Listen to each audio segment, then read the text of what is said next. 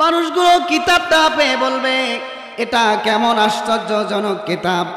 এখানে আমার জীবনের একটা ছোট আমলও বাদ দেয়া হয় নাই, একটা বড় আমলও বাদ দেয়া হয় নাই। এরপরে অকুল্লা ইনসানিন আলজামনাহু তাহিরাহু ফি উনুকিহি ওয়া নুখরিজু লাহু ইয়াওমাল কিয়ামাতি কিতাবান ইয়ালকাহু মানসুরা।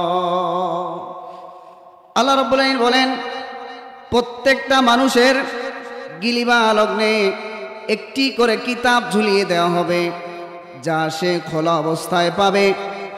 এরপর আল্লাহ রাব্বুল আলামিন বলেন, ইকরা কিতাবাকা কাফা বিনাফসিকা ইয়াওমা আলাইকা হাসিবা। বলা হবে, আজকে পড়ো তোমার কিতাব।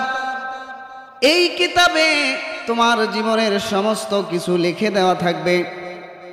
অন্য জায়গায় এই কিতাবটা যখন মানুষগুলো পাবে, পেয়ে বলবে, ক্বালু মা লিহাযাল কিতাবি লা ইউগাদিরু সাগীরাতান ওয়ালা কাবীরা ইলাল আখিরাত।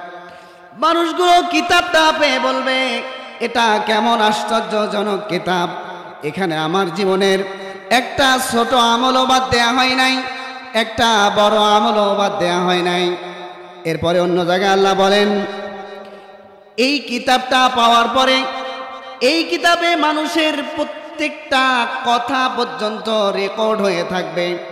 আজকে যেমন মিডিয়া আমাদের কথাগুলো রেকর্ড হয়ে থাকতেছে, আমার এই আয়াতগুলো বলার একটা মাত্র উদ্দেশ্য হলো, আমরা যারা এখানে আলোচক আছি, আমাদের প্রত্যেকটা আলোচনা যেমন দুনিয়ায় রেকর্ড থাকে, তেমনই আমাদের আমল নামায় রেকর্ড অবস্থায় থাকবে। আমি আপনাদেরকে উদাত্ত আহ্বান জানাচ্ছি, আমরা আলোচক যারা, আমরা যে কথাগুলো বলবো, অবশ্যই এই কথাগুলো কোরআন এবং হাদিস থেকে থাকতে হবে। গাল গল্প, কেচ্চা কাহিনী, এগুলো মানুষ আর আগ্রহ নাই। মানুষের আগ্রহ হলো কোরআন এবং হাদিস। আমি আলোচকদের প্রতি উদাত্ত আহ্বান জানাচ্ছি, আমাদের প্রত্যেকটা আলোচনা যেন কোরআন এবং হাদিস থেকে হয়। উদ্ভট গল্প যেন আমাদের না হয়।